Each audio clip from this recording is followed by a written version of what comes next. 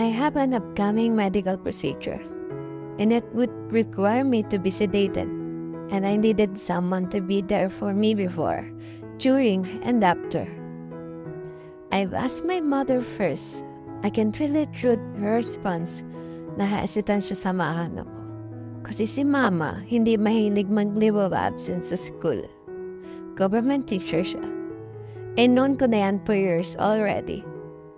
The only time na nag-leave yan siya was to attend my brother's graduation after an army training. And even that took a lot of convincing.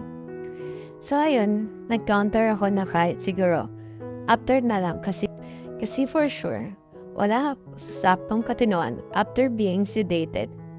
Pero parang ganun din no response. Even when I got her, not really talking about this procedure na need ko gawin. Next, I asked my father. My brother has school MWF special child po siya and he didn't talaga bantayan. So hindi niya ako masasamahan din talaga. My other two siblings aren't here. One is in the army in operation somewhere. And the other one nasa abroad. So di ko talaga mahinga ng help for this. We have an elder half-brother, but di din to maasahan. So di rin to pwede. I've asked aunts, uncles, even my cousins, who are my age pero wala din mga time.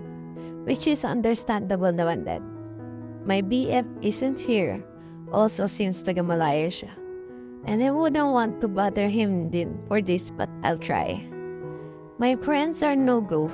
Some are busy, and some I'm currently not in good terms with. Kasi di daw ako sumasama sa kung saan outing yung pinagpupuntahan nila. I was already struggling sa kung ano itong nangyayari sa katawan ko. Pero may gana pa silang magtampo kasi di ako sumasama sa outing. Honestly, kakapagod na yung mga tao. Gusto ko lang ilabas ng mga nangyayari sa akin.